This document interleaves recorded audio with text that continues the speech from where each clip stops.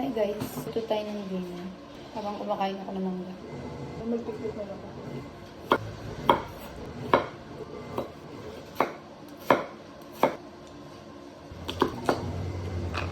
May nagnanakaw pa.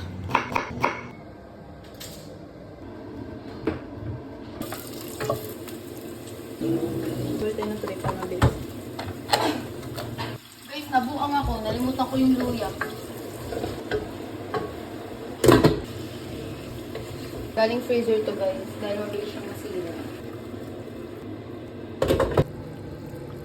Hugas na tayo.